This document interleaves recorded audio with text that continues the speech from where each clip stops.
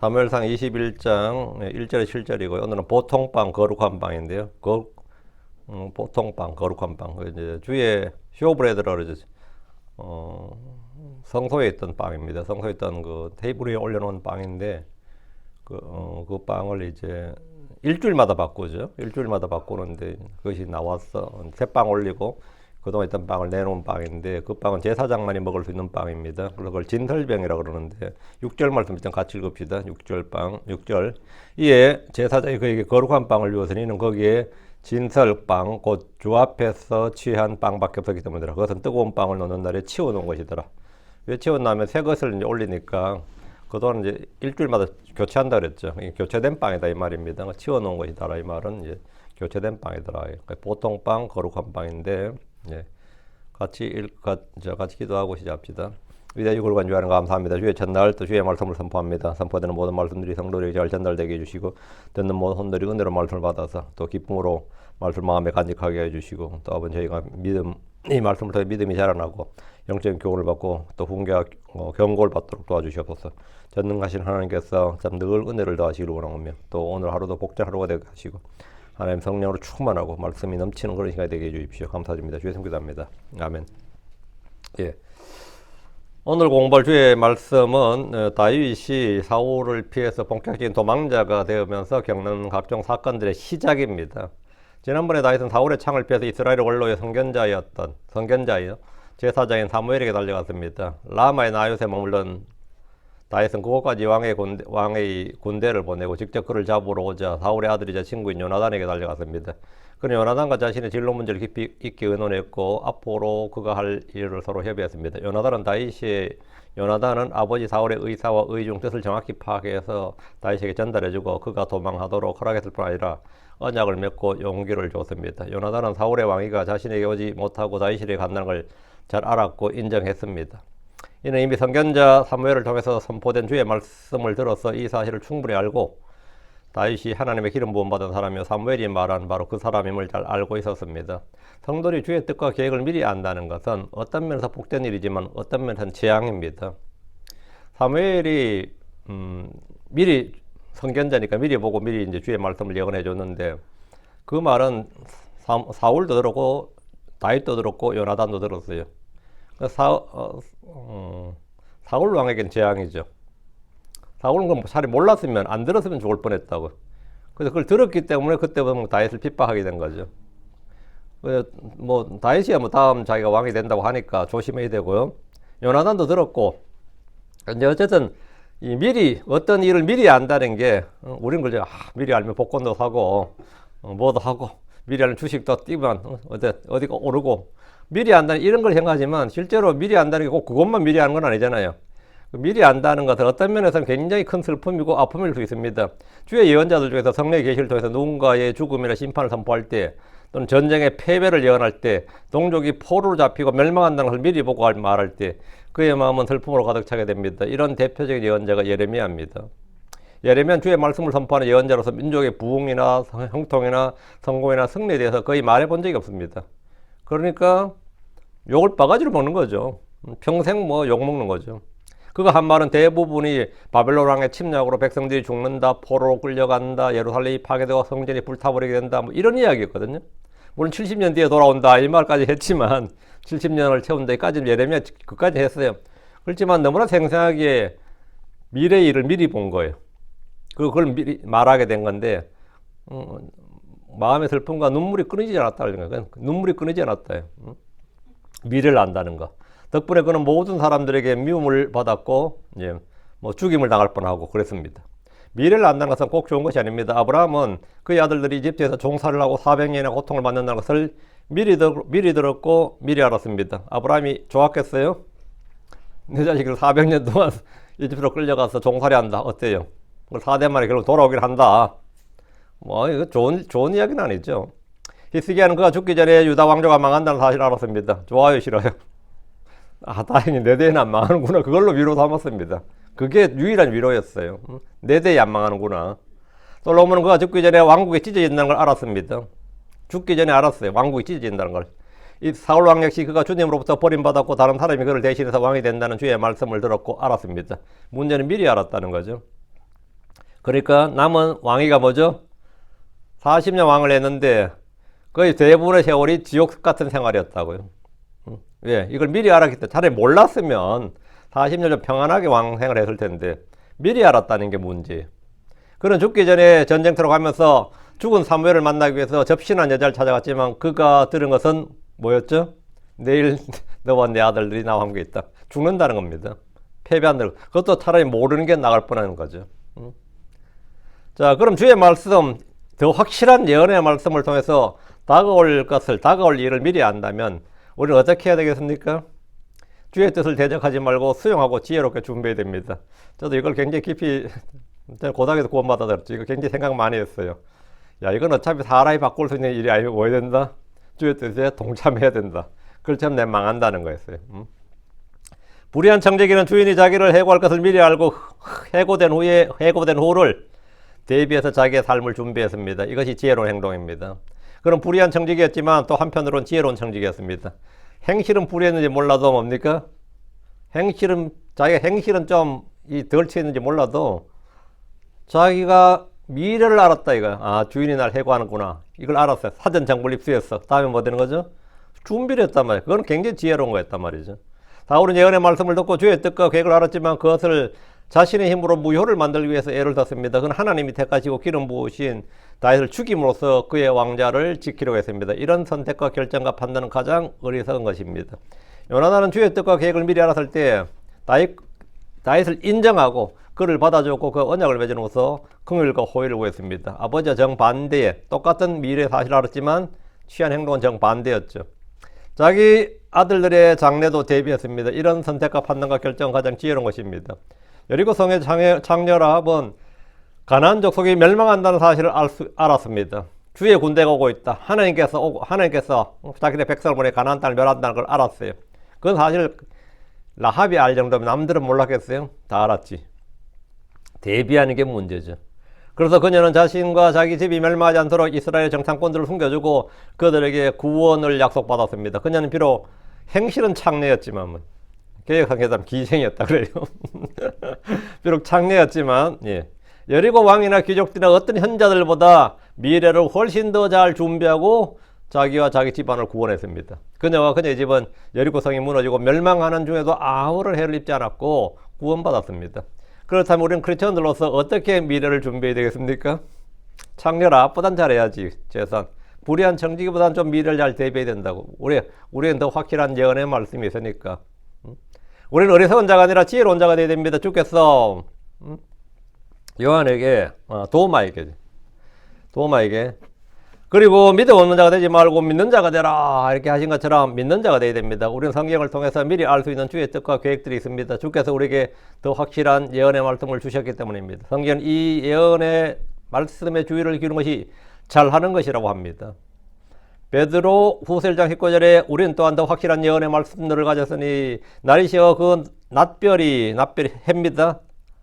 데이스타예요. 그 낯별이 너희 마음속에 떠오르기 가지 어두운 곳에 빛나는 빛을 주의하듯이 너희가 그것에 예언의 말씀에 주의하는 것이 잘하는 것이니라. 뭐 하는 게 잘한 거다? 예언의 말씀에 주의하는 게 잘하는 거예요. 다른 게 아니라 그거 잘하면 잘하는 거예요.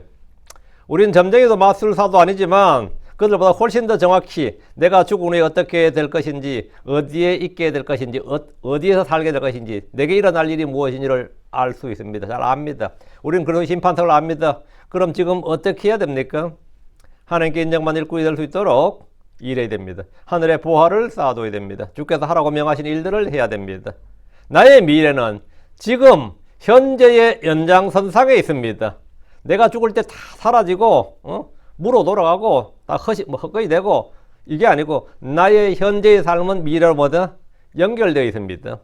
우리는 죽으면 아무것도 가지고 가지 못한다 이렇게 허무로 끝난다고 하지만 그건 불교의 가르침이고 성도들은 그렇지 않습니다. 죽을 때 뭘 가지고 갑니다. 뭘 가져가죠? 우리가 행한 모든 일들은 우리를 뒤따릅니다.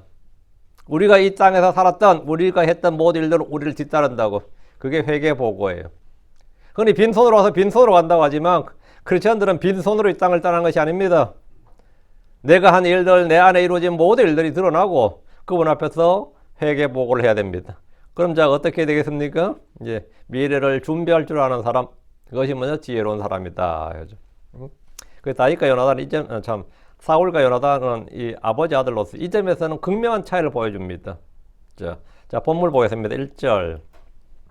그때 다윗이 노베에 있던 제사장 아히멜렉에 갔더라. 이에 아히멜렉이 다윗과의 만남을 두려워하여 그에게 말하였더라. 어째 내가 홀로 있고 너와 함께 있는 자가 아무도 없느냐. 다윗은 요나단과 헤어진 후에 노베에 있는 제사장 아히멜렉에게 갔습니다. 이곳은 예루살렘 북쪽으로 4km 정도, 기브아로부터 4km 정도 떨어진 곳으로 제사장들의 도시입니다. 실로의 성막이 파괴된 후에 주의 성막이 이곳으로 옮겨지고 여기서 제사장들이 아침 저녁으로 번제 업무를 드렸습니다. 다윗이 노브로 간 이유는 이곳이 바로 주의 성막이 있고 주의 제사장들이 있었기 때문입니다. 제사장들에게는 우림과 둠밈이 있기 때문에 자신에 대해서 물어보고 조언을 구할 수 있습니다. 대제사장에게는 뭐지? 우림과 둠밈이 있으니까 자신이 어떻게 될지 이제 좀 전에는 사무엘에게 달려갔는데 이번에 뭡니까?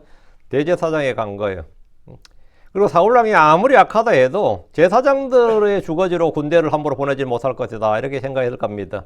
여기는 뭐 제사장들의 도시단 말이죠. 이는 범죄자들과 범법자들이 종교시설에 들어가서 자기 몸을 숨기는 것과 비슷합니다. 다윗은 도피 생활을 해야 되는데 당장 뭐 어디로 갈 거예요? 가장 만만한 곳이 뭐 성막에 있는 높당으로 간 거죠. 당장 양식을 비롯해서 도피 자금도 마련하고 최소한의 방어를 위해서 무기도 필요하고 이곳 높당에 가면서 이런 것들을 마련한 후에 사울왕을 피해 다녀야 됩니다. 이스라엘 땅에 그가 살 곳이 없다면 외국으로 망명을 가야 됩니다. 솔로몬 왕 때도 여로보암이 이집트를 떠나서 이스라엘 떠나서 이집트로 망명을 떠났는데 솔로몬이 죽고 나서 돌아왔죠. 돌아왔는데 다윗도 지금 그런 상황이었습니다. 다윗 역시 지금 군대를 일으켜서 사울왕과 내전을 벌일 생각이 아니라면 말이죠. 그가 죽을 때까지 도망을 다니며 때를 기다려야 됩니다. 다윗이 만난 높당의 제사장은 아히멜렉인데 그는 사울 시대 대제사장으로서 아히두베의 아들이며 빈느하스의 손자고 엘리 대제사장의 증손이었습니다. 그의 다른 이름이 아히야입니다. 아히멜렉 아히야 같은 사람인데 사무엘상 14장 3절에 그리고 아히야는 에봇을 입었는데 그는 이가봇의 형제인 아히두베의 아들이요 빈느하스의 손자요 실로에 있던 주의 제사장 엘리의 증손이었더라. 그러니까 대제사장이죠. 그러니까 엘리 증손이었으니까. 여리고 성의 창녀 라합은 아히멜렉은 말 다윗의 방문에 기뻐했던 것이 아니라 두려워했습니다. 여기 보면 1절에 이에 아히멜렉이 다윗과의 만남을 두려워하여 이랬거든요. 두려워하여. 그러니까 왜 두려웠겠어요? 다윗이 나타났다는 게 기쁨이 아니에요. 이거 두려움이에요. 이에 아히멜렉이 다윗과 만남을 두려워하여 이 말은 다윗과의 만남이 그에게 조금 더 득이 되지 않고 손해가 되는 일이고 위험한 일이란 걸 알았던 겁니다. 왜? 사울이 다윗을 좀 죽이려 한다는 것. 그리고 다윗이 그런 위험에 처했다는 걸 다 아는 거죠. 지금 사울의 원수였고 정적으로 도망자 신태인 다윗을 돕는 것이 곧 왕에게 반역하는 것과 같기 때문입니다. 아히멜렉은 사울왕의 성품을 이미 겪어서 알고 있습니다. 알고 있어요. 전에 전쟁터에서 금식령을 내린 후에 아들 요나단이라도 죽였다고 선포했고 실제로 죽이려 했던 적이 있었습니다. 그때 백성들이 왕에게 이스라엘에서 이렇게 큰 구원을 이룬 요나단이 죽어야 하니까 하나님께서 금하시나이다. 주께서 살아계시냐 그의 머리털 하나도 땅에 떨어지지 아니하리라. 이는 그가 이날 하나님과 함께 일하기 때문이다 하면서 백성들이 막 들고 일어나서 겨우 요나단을 죽이지 않았던 그 사울의 그 성정을 알고 있는 거죠. 요나단을 그렇게 구출해서 요나단이 죽지 않았는데 그렇다면 다윗을 죽이기로 결정한 지금 아히멜렉이 다윗을 어떻게 해야 되느냐. 자기 아들도 죽이겠다는 한 판국이었고 실제로 집행할 뻔했어요. 그렇다면 다윗을 죽이겠다고 해서 끝난 거지. 그래서 지금 뭡니까? 이 아히멜렉이 다윗이 딱 나타나니까 묻는 거예요. 그 아히멜렉이 다윗에게 어째 내가 홀로 있고 너와 함께 있는 자가 아무도 없느냐 이랬어요. 이 말은 그가 이스라엘의 장군이고 왕의 사위인 다윗인데 미리 예고도 없이 홀로 이곳에 왔다는 것은 그에게 무슨 문제가 있다는 것을 금방 알 수 있습니다. 도망쳐 왔거나 뭐 하여튼 금방 알 수 있는 거죠. 이때 다윗과 함께한 자는 호위부대나 그의 병사들이 아니라 젊은이들 몇이 전부였습니다. 다윗은 높당의 은밀히 대제사장을 만나러 했던 겁니다. 22절 이에 다윗이 제사장 아히멜렉이 말하였더라. 왕이 내게 어떤 임무를 명령하여 내게 말씀하셨나이다. 내가 너를 보내어 하게 하는 일과 또 내가 내게 명령한 것을 아무도 알지 못하게 하라. 비밀 임무다 이 말이죠. 이에 내가 내 종들을 이러한 곳으로 가라고 지정하였나이다. 그 지금 다윗이 이제 또 능숙하게 거짓말을 하죠. 그 위기에 처한 다윗이 참 지금 거짓말 연속이에요. 위기에 처한 다윗의 행동을 보면 계속해서 거짓말의 연속이었습니다. 미갈이 그를 위해 거짓말했습니다. 다윗은 요나단에게 아버지 왕에게 거짓말 좀 해달라고 부탁을 했고, 요나단은 사울에게 다윗이 일러준 대로 거짓말을 했습니다. 이제 거짓 교사라 그래요, 이거를. 우리는 물론 이런 것이 선의의 거짓말, 어쩔 수 없이 하는 거짓말이고 생명을 살리기 위한 거짓말이라는 사실을 충분히 인정할 수 있습니다. 이런 것들로 누군가를 뭐 거짓말쟁이로 정죄하거나 판단하지는 않습니다. 아, 다윗 정말 심하네, 뭐 거짓말쟁이네, 구라쟁이네, 이러지는 않죠. 예. 왜 이 사정을 충분히 이해하니까. 그리고 사람도 누구라도 이 사정이 되면 이 정도 거짓말 한다는 걸 우리가 알고, 뭐 우리가 뭐 다른 거 아니죠. 예. 충분히 인정하니까요. 예. 사람이 위기에 몰리면 그가 누구든 도둑질할 수 있고 거짓말할 수 있고 누군가를 죽일 수도 있습니다. 그게 사람입니다. 그게 사람이. 주의 기름 부음을 받았던 사울도 다윗도 마찬가지였습니다. 다윗이 지금 누군가를 상대로 거짓말한 줄 보십시오. 당대의 대제사장입니다. 남도 아니고 대제사장 앞에서 지금 거짓말 치는 거예요. 그는 아히멜렉이가 왕이 내게 어떤 임무를 명령하여 내게 말씀하셨나이다. 무슨 임무? 그런 건 없죠. 내가 너를 보내어 하게 하는 일과 또 내가 내게 명령한 것을 아무도 알지 못하게 하라. 이것도 거짓말이죠. 이에 내가 내 종을 이러한 것으로 가라고 지정하였는다. 거짓말입니다. 그가 이렇게 말하는 이유는 자신이 이곳에 온 것을 비밀로 하고 싶었기 때문입니다. 그리고 이곳 제사장들에게 피해를 끼치고 싶지 않는 선한 동기와 의도 때문입니다. 괜히 다윗 도와줬다가 나중에 덤태기 쓸 수 있으니까 나중에 제사장은 다윗이 이렇게 말했다고 우리 몰랐다고 하면 되니까 그 명분을 만들어줘야죠. 응? 왕이 다윗을 보내서 이렇게 했다고 그렇게 해서 우리 도와줬다면 되니까. 다윗은 지금 도망자로 왔는데 왕의 명령으로 비밀리에 특수 임무를 부여받아서 온 것으로 둘러대었습니다. 다윗은 제사장의 도움을 필요로 했기 때문에 거짓말을 했을 수 있습니다. 지금 그는 특수 공무 수행 중, 비밀리에 특수 공무 수행 중인 사람으로서 제사장의 도움을 청한다면 도와주지 않을 수가 없게 됩니다. 그러나 결과적으로 다윗에게 도움을 준 제사장들은 모두 사울에게 죽임을 하고 비극적인 결과를 맞았는데 85명 몰살됐어요. 우리는 여기서 사람들이 생각과 판단과 지혜의 한계를 분명히 볼 수 있습니다. 우리는 아무리 좋은 의도로 뭔가를 계획하고 행해도 상대방이 해를 입히지 않으려고 했는데도 상대가 해를 받을 수 있고, 선한 동기 그 사람이 이익이 되라고 했던 일인데 나중에 보니까 뭐 잘못될 수도 있고, 그렇죠? 애라 망하라고 했는 일인데 오히려 그게 잘 될 수도 있고, 그럼 이제 속이 뒤집어지겠죠. 이 사람이라는 건 알 수가 없는 거죠. 다윗이 자기로 인해 무고한 제사장들이 떼죽음을 당할 줄은 꿈에도 생각하지 못했을 것이고 그런 의도나 그런 생각 전혀 없었습니다.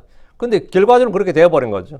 나의 작은 실수나 불법이나 범죄는 물론이고 내가 행한 선한 일조차도 때로는 어떤 결과를 낳을지는 아무도 알 수 없습니다. 이 세상에는 내가 이룬 성취가 누군가에겐 부러움과 동경이 되고 누군가에게는 실패가 되고 절망이 되고 크나큰 슬픔과 아픔을 줍니다. 우리가 만세 부르고 막 박수 칠 때 그걸로 해서 누군가는 뭡니까? 너무나 그 아픔이죠. 어떤 이의 기쁨은 누군가의 슬픔이 되기도 합니다. 저는 올림픽 경기를 볼 때마다 승리자들의 환호보다 더 많은 이들의 눈물을 봅니다. 특히 한국 사람들이 좀 즐길 줄 잘 모르잖아요. 엘리트 교육이라고 해서 어릴 때부터 그 운동만 했던 애들은 금메달 못 따면 아무것도 아닌데, 메달 못 따면 아무것도 아닌데, 저쪽에서 만세 부를 때 축하 못 해주고 울잖아요, 한쪽에서. 한쪽에서 만세 부르는 한쪽에서 운다고. 베델의 어떤 늙은 예언자는 돌아가는 하나님의 사람이 거짓말로 속여서 자기 집으로 데려다가 빵을 대접했습니다. 그렇죠? 그 결과 그는 사자에 찢겨 죽었습니다.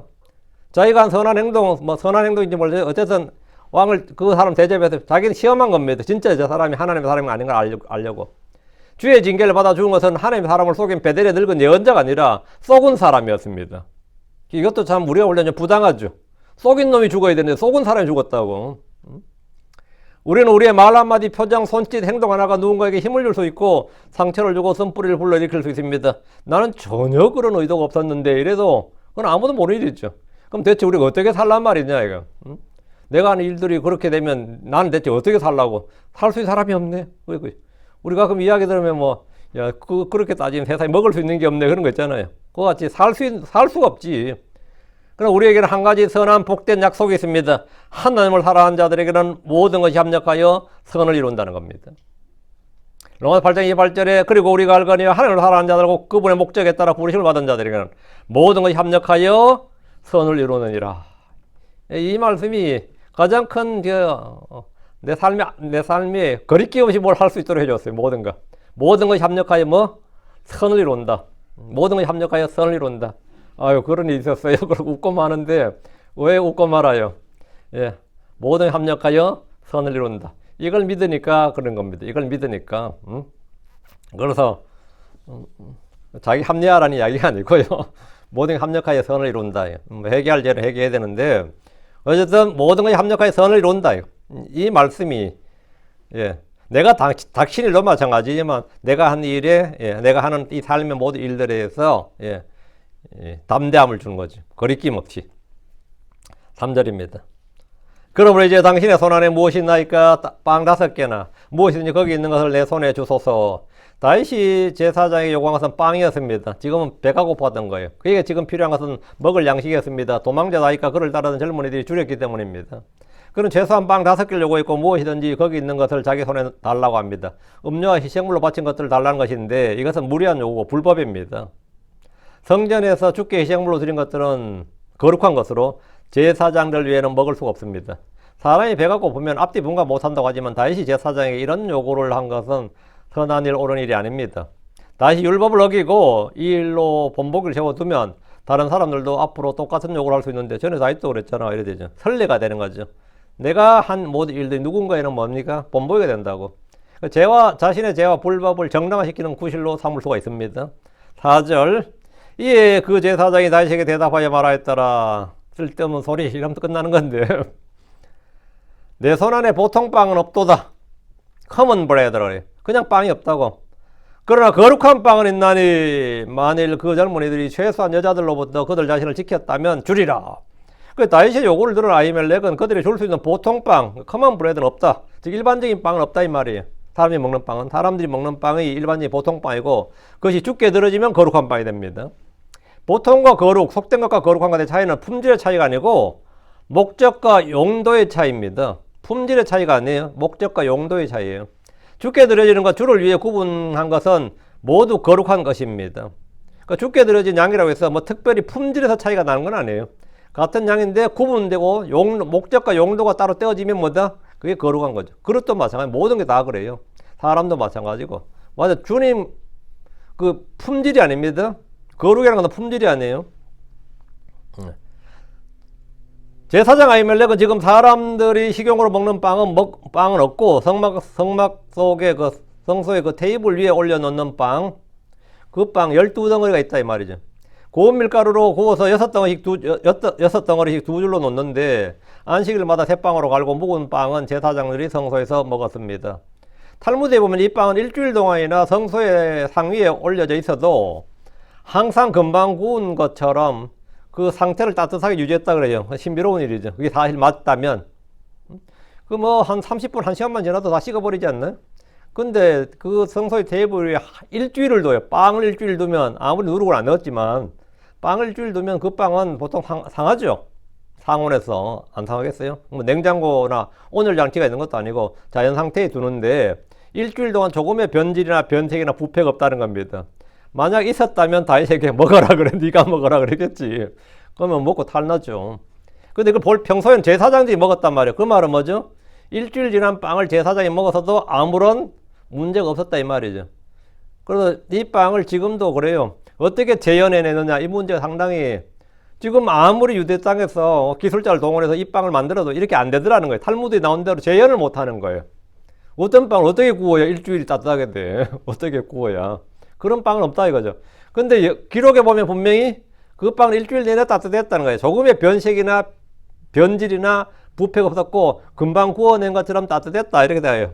근데 우리가 뭐 믿지. 저는 뭐 믿어요. 탈무드 말해도 그랬겠거니 생각하는데 근데 아히멜렉은 그 빵을 다윗과 그의 젊은이들에게 주겠다는 거예요. 안 주겠다는 게 아니야 지금. 다윗에게 무리한 요구로다. 그럼 불법이로다요. 뭐 이래야 사실은 정상이죠. 빵을 주면서 단 한 가지 조건을 걸었는데 만일 그 젊은이들이 최소한 여자들로부터 그들 자신을 지켰다면 주리라 그랬거든요. 이것은 율법에 따른 겁니다. 제사장이 다른 사람에게 이 빵을 주는 자체가 불법입니다. 그럼에도 다윗이 그것을 요구했고 제사장이 최소의 조건을 걸긴 했는데 그것을 내주겠다는 것은 당시의 그 유대교의 상황을 잘 보여줍니다. 제사장의 율법 의식이 이 정도였다 그러면 좀 그 당시에 이 유대의 그 제사장들의 수준이 이 정도였다. 어림도 없는 일이죠 사실은. 이건 내줄 수 있는 게 아니에요. 그 제사장이 지금 이상한 조건을 걸어가지고 주겠다는 건데, 복음서에서 우리 주님은 바리새인과 안식일 논쟁에서 이 사건을 예를 들어서 다윗에게 죄가 없다고 말했어요. 우리 주님께서 그렇게 판결하셨습니다. 죄가 없으면 읽어보지 못하겠느냐 이렇게. 다윗이 이 일을 한 것은 맞지만 잘못한 것이라고 판단해야 되는데 주님은 죄가 없다고 말씀하셨어요. 율법의 정신과 형식을 다 지켜야 하지만 더 중대한 것을 따라야 한다는 것입니다. 두 개가 부딪힐 때는 더 중대한 것. 안식일 준수도 그런 측면에서 이해돼야 된다는 거죠. 줄인다니까 그의 젊은이들을 먹이는 일과 긍휼을 베푸는 일, 생명을 살리는 일은 율법의 형세기에 매이는 것보다 훨씬 더 중요한 일입니다. 놋당의 제사장 아히멜렉이 거룩한 빵을 다윗에게 준 것을 통해서 실로에 있던 성소가 지금 놋당에 있다는 걸 보여주는 겁니다. 옮겨진 거죠. 자, 5절. 이에 다윗이 그 제사장이 대답하며 그에게 말하였더라. 진실로 내가 떠나온 이후로 우리가 대략 이 사흘 동안 여자들이 우리들로부터 멀리 있었나이다. 이에 젊은이들의 그릇들하면 몸입니다. 젊은이들의 그릇들이 거룩하나이다. 참으로 그 빵이 그릇에서 이날 거룩이 구별되었을지라도 그 빵은 어떤 면에서 평범하나이다. 커먼. 그래서 다윗은 그 빵을 좀 거룩한 빵으로 인정을 안 하는 거예요. 거룩한 빵이라는 것도 성소에 있을 때 거룩한 빵이지. 지금 나왔는데, 밖으로 나왔는데 뭐 계속해서 거룩한 빵 주장을 하느냐. 그 빵은 어떤 면에서 평범한 아이다. 커먼, 보통 빵입니다 이 말이에요. 그 아히멜렉의 대답에 다윗은 젊은이들이 여인들 가까이 하지 않았다. 이걸 증언을 해주고, 다윗이 요나단과 헤어진 후에 이곳으로 올 때까지 대략 사흘 동안 그들은 여자들로부터 멀리 있었다고 말했습니다. 다윗의 이 말은 거짓말이 아닐 겁니다. 물론 다윗이 배가 고파서 빵을 얻기 위해서 거짓말을 했을 가능성도 전적으로 배제할 수는 없습니다. 뭐 사람이 급하면 뭐 다윗이 하는 짓을 봤을 때 거짓말일 수도 있어요. 그렇지만 여기서 아닌 것 같고, 그거 우리 느낌이 그렇죠. 다윗이라고 해서 뭐 우리가 완전히 다른 성질의 소유자가 아닙니다. 거짓말할 때 거짓말하고, 배고프면 뭐 얻기 위해서 뭐든 해요. 우리는 성경 인물들이 탁월한 인격과 놀라운 도덕심이나 고결한 인품을 지녔다는 편견이나 선입견을 가지고 높은 점수를 줄 필요가 전혀 없습니다. 그냥 보통 사람들입니다. 그가 훗날 우리아의 아내를 빼앗고 그를 죽일 때를 생각해보면 다윗은 무슨 짓이든 급하면 할 사람이에요. 다윗의 인생에서 가장 성숙한 나이에도 그런 일을 했다면 지금 정도의 어린 나이에 뭐 배고프고 얼마든지 가능한 일이죠. 그러니까 만약 이 어려운 상황에서 제사장이 긍휼을 베풀지 않고 빵을 안 주겠다 했으면 제사장 죽일지도 모르는 판국이었다 이 말이죠. 제사한 결박을 해서 쫓아내서 먹을 거예요. 뭐 보통 빵이라 그 의미 두지 말라고. 이게 이제 인생이고 사람이에요. 이게 인생입니다. 다윗은 제사장 아히멜렉에게 진실로 내가 떠나온 이후로 우리가 대략 이 사흘 동안 여자들이 우리들로부터 멀리 있었나이다. 이에 젊은이들의 그릇들이 거룩하나이다. 이건 다윗의 증언이고 다윗의 말밖에 증거는 없어요. 그냥 말이야. 빵을 줄 것을 강력히 요구하는 거예요. 그러니까 일단 제사장이 그것만 되면 주겠다니까 그럼 달라 이거예요. 우리는 그럼 됐어, 오케이다 이거죠. 그 제사장은 주면 안 되는 빵을 주었는데 이유는 그들을 불쌍히 여겼기 때문입니다. 긍휼이 지금 율법을 이기는 거예요. 지금 제사장으로서 줄인 사람, 도움이 필요한 사람을 보고 긍휼을 베푸는 것은 율법에 어긋나는 일이 아닙니다. 이는 안식이라 소나 양들에게 물을 주는 것이나 구덩이에 빠진 양들을 건지는 것이나 법에 어긋나는 일이 아닌 것처럼 지금 이들에게 빵을 주는 것이 법에 어긋나는 일이 아니다 이거예요. 주께서 안식일에 쉬지 않고 병자를 고치신 것이나 마귀에게 사로잡힌 자들을 풀어주는 것이나 이건 법에 어긋나는 일이 아닙니다. 율법에 맞는 일이다 이거예요. 제사장 아히멜렉은 줄인다니까 그의 젊은이들을 불쌍히 여겼습니다. 여기서 이에 젊은이들의 그릇들이 거룩하나이다 이렇게 했는데 육신의 몸을 말합니다. 몸은 혼의 장막이고 혼의 집이고 혼의 옷이고 혼을 담는 그릇입니다. 크리스천들도 다른 사람들과 똑같이 몸을 가지고 있습니다. 그러나 그 속에 들어있는 것이 다릅니다. 고린도서 4장 7절에 그러나 우리는 이 보화를 질그릇 안에 가지고 있나니 이것은 권능에 뛰어남이 하늘에서 나며 우리에게서 나지 아니하게 하려 함이라 했습니다. 우리 몸은 주의 영이 거하는 하나님의 성전입니다. 그리고 그건 집이단 말이죠. 다윗이 며칠 여자를 멀리했다고 그들의 몸이 거룩하다는 말은 좀 억지스러운데 거룩한 몸이란 어떤 몸이냐? 주께 드려진 몸이 거룩한 몸입니다. 구약에서 나시린이 그런 사람들입니다. 신약에서는 크리스천들이 우리 몸을 주께 드림으로써 거룩하게 됩니다. 품질의 차이가 아니라 그랬어요. 용도의 차이지 품질의 차이가 아닙니다. 로마 12장 2절에 너희는 너희 몸을 살아있는 희생물로 거룩하고 하나님께서 받으실 만하게 드리라. 그것이 너희의 합당한 섬김이니라. 우리는 자신의 그릇을 깨끗하게 거룩하게 소유할 줄 알아야 됩니다. 데살로니가 4장 4절에 너희 각 사람이 거룩히 구별함과 존귀함으로 어떻게 자기 자신의 그릇을 소유할 줄 알되 했어요. 그 자신의 몸을 좀 거룩하게 구분시키라 이거죠. 다시 5절입니다. 참으로 그 빵이 그릇에서 이날 거룩히 구별되었을지라도 그 빵은 어떤 면에서 평범하나이다. 그 빵은 어떤 면에서 뭐다? 평범하나이다 했죠. 제사장에게 성소의 빵을 달라는 다윗의 요구가 굉장히 집요합니다. 이미 주겠다고 했고 주겠다는 게 충족돼서 끝났지. 이 뒷말은 뭐예요? 참으로 그 빵이 그릇에서 이날 거룩이 구별되었을지라도 그 빵은 어떤 면에서 평범하나이다. 그렇지 않다 하더라도 줘야 된다 이거죠. 빵은 무조건 내놓으라는 거죠 지금. 사실 그 협박이지 이거는. 제사 조건을 걸었는데 그 조건에 충족하지 못하더라도 이제는 그거는 거룩하다는 이유로 우리한테 안 주면 안 되고 무조건 내놔라 이거예요. 제사장이 이런 지하에 거절했으면 큰일 날 뻔했습니다. 다윗은 나발에게 호의를 베풀어주고 그 일에 대해서 합당한 대우를 받지 못했을 때 그 집을 멸해버리겠다고 했던 적이 있습니다. 다윗의 성격은 가장 온유하고 온화하고 부드러운 사람이 전혀 아니었습니다. 제사장은 이미 이 빵을 줄 마음이 있다고 이미 밝혔어요. 그런데도 한마디 덧붙인 것은 그 빵은 더 이상 거룩한 빵이 아니다. 난 거룩한 빵으로 인정 안 한다 이거죠. 무조건 내놓으라 이 말입니다. 그 빵은 어떤 면에서 평범한 아이다. 이건 말도 안 되는 소리죠. 어디서 감히 짜이 소리를 해. 이런 소리를 하냐고. 내가 제사장에서 미워서라도 안 준다. 아주 꼴값을 떨고 있네야지. 근데 지금 이 분위기가 지금 그게 아니에요. 성소의 상위에 진열되었을 때는 거룩한 빵이 지금 그냥 일반적인 보통 빵 아니냐 이거잖아 지금. 이것은 다윗의 개인적인 생각일 뿐입니다. 이때에도 이 다윗이 율법에 대해서 얼마나 무지했는가를 잘 보여줘요. 언제까지 그러냐면 우리야 사건 때까지 다윗이 그 언약궤를 제사장들이 매야 된다는 사실조차도 몰랐습니다. 그러니까 수레를 보내는 거예요. 거의 평생 전쟁이나 했지 성경 공부한 적이 없었던 겁니다. 다윗의 마음이야 어쨌든 간에 하나님께 바르고 그건 맞는데 이 율법의 지식이 거의 전무했던 것을 지금 잘 보여주는 상황이 지금 이건 사실 조금만 성경을 알아도 이런 요구 자체가 어불성설이고 이런 요구를 했을 때도 굉장히 민망하고 참 미안하고 안 그래요? 참 하나님 앞에서 참 죄스럽고 이게 사실 정상인데 주여 내가 비록 법을 범할지라도 불쌍히 여기소서 뭐 이 정도로 나와야 정상이지 보통 빵 아니냐 그러고 뭐 지금 뭐 그것도 제사장 앞에서 이런다는 게 뭔데 뭐 앞에서 뭐 한다고 그런 거 있잖아요. 누구 앞에서 문자 쓴다 뭐 그런 거 있죠. 지금 제사장 앞에서 지금 율법을 논하는 거예요 지금. 이 구절에서 한 가지 알 수 있는 건 뭐냐 하면 이날이 안식일이었다는 거예요. 왜 안식일이었다는 거예요?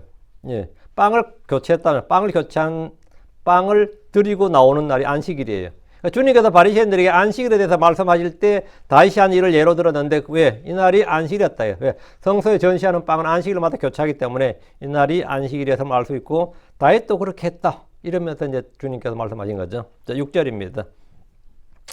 그래서 그 제사장이 그에게 거룩한 빵을 주었더라. 줬어요. 이는 거기에 보여주는 빵 곧 주 앞에서 취한 빵밖에 없었기 때문에 그것은 뜨거운 빵을 놓는 날에 치워진 것이었더라. 뜨거운 빵은 새로운 빵이라는 거죠. 그 제사장이 그에게 거룩한 빵을 주었더라. 여러분 뭐다? 그에게 무슨 빵을 줬다고요? 거룩한 빵을 줬다잖아요. 보통 빵을 준 게 다윗이 보통 빵이라고 말했는데 성경 딱 그러잖아요. 6절에 보통 빵이 아니고 거룩한 빵이라고. 다윗은 어떤 면에서 보통 빵이라고 했지만 성경 그들이 준 빵이 거룩한 빵이라고 딱 명시되어 있습니다. 이는 제사장이 한 다윗의 말이 헛소리였다는 걸 보여줍니다. 그래서 그 제사장이 그에게 거룩한 빵을 주었더라. 아히멜렉은 다윗에게 거룩한 빵을 주었습니다. 성소에 다른 빵이 없었기 때문입니다. 이는 거기에 보여주는 빵, 쇼브레드죠, 그렇죠? 그에게 보여주는 빵, 곧 주 앞에서 취한 빵밖에 없기 때문이니 그것은 뜨거운 빵을 놓는 날에 치워진 것이었더라. 뜨거운 빵은 안식일에 성소의 상에 올려두는 빵입니다. 치워진 것은 지난주 안식일에 올려둔 빵은 이제 바꾸는 거죠. 제사장이 다윗에게 준 빵은 오늘 성소에서 가져 나온 겁니다. 다윗이 제사장을 찾아와서 성소로 왔기 때문에 제사장이 그에게 줄 수 있는 빵이 이것밖에 없다 이게. 아무리 다윗이라도 희생헌물로 드린 고기를 달라고 요구할 수는 없었을 겁니다. 7절. 이제 사울의 종들 중 어떤 사람이 그날 거기서 주 앞에 머물러 있었는데 그의 이름은 도액이요 에돔족 소교 사울에게 속한 목자들 중에서 가장 으뜸가는 자였더라. 다윗은 속히 성소로 와서 제사장을 만났지만 주의 성소는 비밀이 보장되는 장소가 아닌 많은 이들에게 공개되는 장소입니다. 성소란 것은 누구나 들락거리는 곳이 성소예요. 이스라엘 사람 누구나 왔다 갔다 하는 곳이 성소. 가장 퍼블릭한 곳이라고. 성소는 제사장들과 레인들만 있는 곳이 아닙니다. 희생물을 드리러 오는 사람들이 넘칩니다. 다윗이 성소에 왔을 때 그곳에 사울의 종들 중 어떤 사람이 거기에 있었습니다. 이건 당연히 예상할 수 있는 거죠. 누군지 거기 없겠어요. 누가 있을지 알 게 뭐냐고. 응? 그런 성소에 희생물들이 왔는지 다른 공무가 있어서 왔는지 기록되어 있지 않지만 성소는 누구나 오고 가는 곳입니다.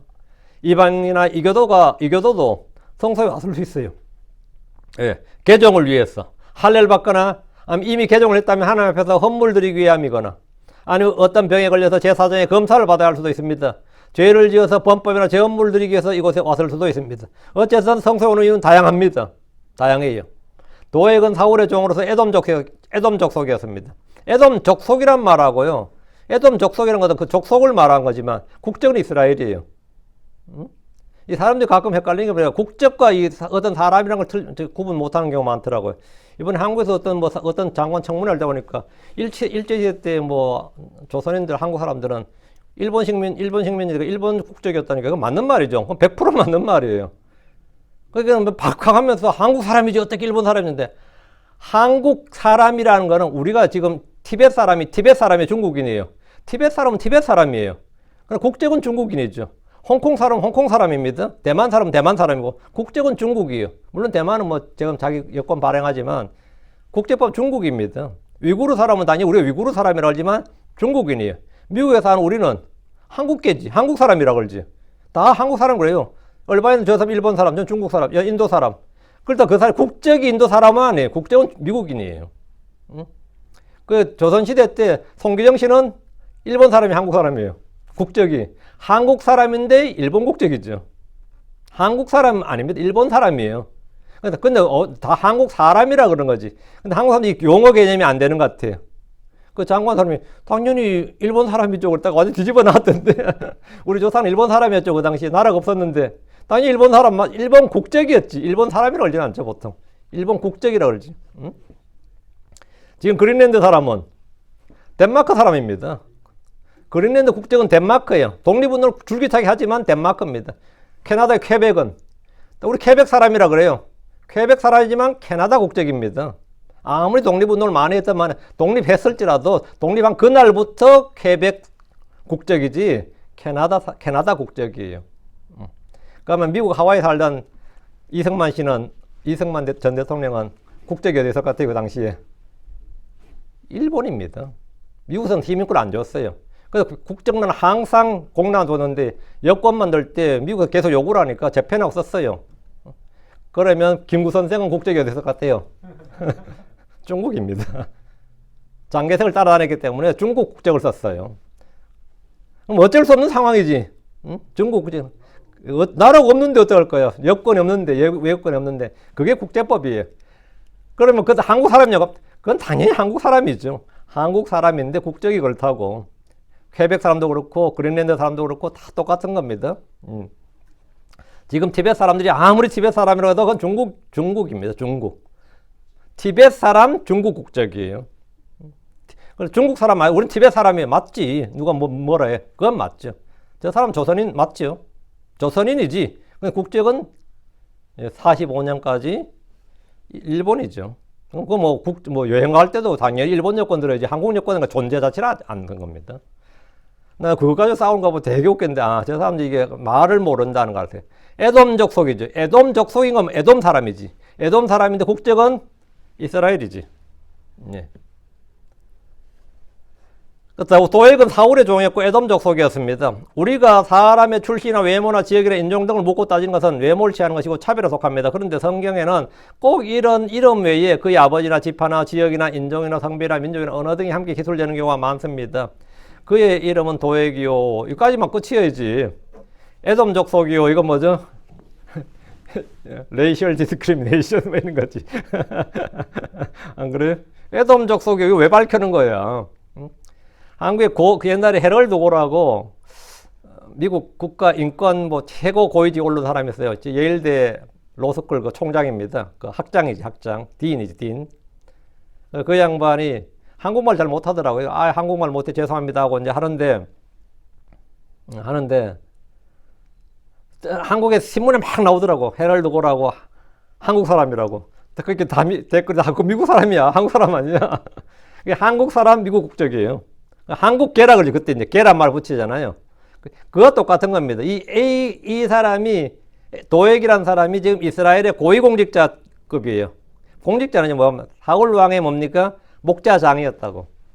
그의 이름이 도액이고 에돔 족속이랬는데 이 말은 뭔가 앞으로 불길한 징조를 암시하는 말 중에 하나입니다. 도액은 다윗이 이곳에 온 것을 목격한 증인이고 제사장들이 다윗을 돕고 동료한 지지자들로 인식해서 사울 왕에게 그 사실을 그대로 보고해 버렸습니다. 그러니까 에돔 족속이라 할 때 에돔은 이삭의 아들 에서의 후손이란 말입니다. 유다 지파와 경계를 맞대고 남쪽에 있습니다. 이스라엘과는 이제 친족 관계지만 또 원수 관계이기도 합니다. 그는 에돔 족속이지만 주를 믿고 성소에 왔고 사울에게 속한 목자들 중에서 가장 으뜸가는 자였습니다. 그는 개종함으로써 유대교에 속한 사람이고 왕의 목자가 되었습니다. 다윗은 성소에서 대제사장을 만나러 왔지만 제사장을 만나러 왔지만 거기에는 전혀 만나고 싶지 않은 에돔 사람 도액도 있었습니다. 이것은 다윗의 생각이나 계획에 전혀 없던 일이었습니다. 사람은 뭔가를 계획하고 열심히 하지만 언제나 뜻하지 않는 변수가 있습니다. 그건 우리의 의지로 되는 게 아닙니다. 내가 피하고 싶다고 피할 수 있는 것도 아니고 그리고 내가 의도치 않는 원치 않는 결과가 발생합니다. 이것이 사람의 인생이에요. 그래서 우리는 언제나 자신의 힘과 명체를 신뢰하지 않아야 됩니다. 신뢰하지 말아야 됩니다. 육신의 지혜를 신뢰하지 말고 사람을 신뢰하지 않아야 됩니다. 내가 전혀 원치 않는 일이 항상 발생합니다. 다윗은 지금 고난 중에 있습니다. 그는 사울을 피해서 라마에 있는 사무엘에게 달려갔습니다. 별 도움 못 받았습니다. 다윗은 사울 왕의 아들이자 정권의 2인자고 친구인 또 그도 처형인 요나단을 찾아갔습니다. 뭐 큰 도움 받은 게 아닙니다. 그리고 이번에 높당에 있는 성소로 와서 대제사장 아히멜렉을 만났습니다. 그런데 여기서 큰 도움을 받은 건 아닙니다. 그러나 그들 중에 아무도 그 당시 이스라엘 최고의 실권자들 중에 하나들인데 뭐 사무엘도 마찬가지고 요나단도 그렇고 지금 아히멜렉도 그렇고 어쨌든 최고의 그 하이랭킹이죠. 고위직들이죠. 그렇지 뭐 아무도 다윗을 도와줄 수 있는 사람, 다윗을 도와주거나 지키거나 보호할 수 있는 사람들이 아니었습니다. 아무도 다윗을 사울로부터 안전하게 보호해줄 수가 없었습니다. 안전과 도움은 누구로부터 온다? 예, 안전과 도움은 주로부터 옵니다. 다윗은 다양한 사건을 겪으면서 주를 찾고 주를 신뢰하는 법을 배우면서 성장하고 있습니다. 그는 삶의 현장에서 주님 주시는 단련을 받았습니다. 그리고 마침내 장사한 믿음의 분량에 도달한 것은 이제 한참 뒤 이야기입니다. 한참 뒤 이야기고 왕이 될 때까지 계속해서 이 단련의 시간이 있었습니다. 오늘 여기까지 하고요. 7절까지 하고 다음 편에 계속해서 하겠습니다. 자, 기도합시다. 오늘은 주하나님 아버지 감사합니다. 하나님께서 오늘 주의 말씀을 또 저에게 허락해 주셨습니다. 성경에 기록된 이전에 기록된 모든 것들이 우리에게 배움과 훈계를 위해서 주신 것이라고 했고 또 본보기로 기록된 것이라고 했는데 저희가 이 말씀을 통해서 참 저희 인생도 참 아무것도 아닌 보잘것없는 것들을 압니다. 저희가 삶의 어려움이 처할 때 참 다양한 반응들을 나타내 보이고 또 이런저런 일들로 또 아버지 하나님 육신의 일들을 많이 하고 육신을 따르는 일도 많고 또 저희가 어떤 의도로 해도 간에 그 결과가 좋지 못할 때도 많이 있습니다. 사랑 아버지 하나님 그러나 주님께서 저희를 사랑하시고 저희를 지켜보아주셔서 저희가 행하는 모든 일들이 합력하여 선을 이루게 하시고 또 아버지 하나님 저희의 믿음의 성장과 단련이 되고 또 장사한 믿음의 분량에 도달할 수 있도록 그렇게 해주심을 믿습니다. 전능하신 주 하나님 저희의 모든 것을 저희 혼을 주께 맡기고 저희의 사정과 저희 일들을 주께 맡깁니다. 전능자 주 하나님 도와주시고 은혜 베풀어 주십시오. 더 많은 복을 주시옵소서. 감사드립니다. 주의 성기도합니다. 아멘. 아멘.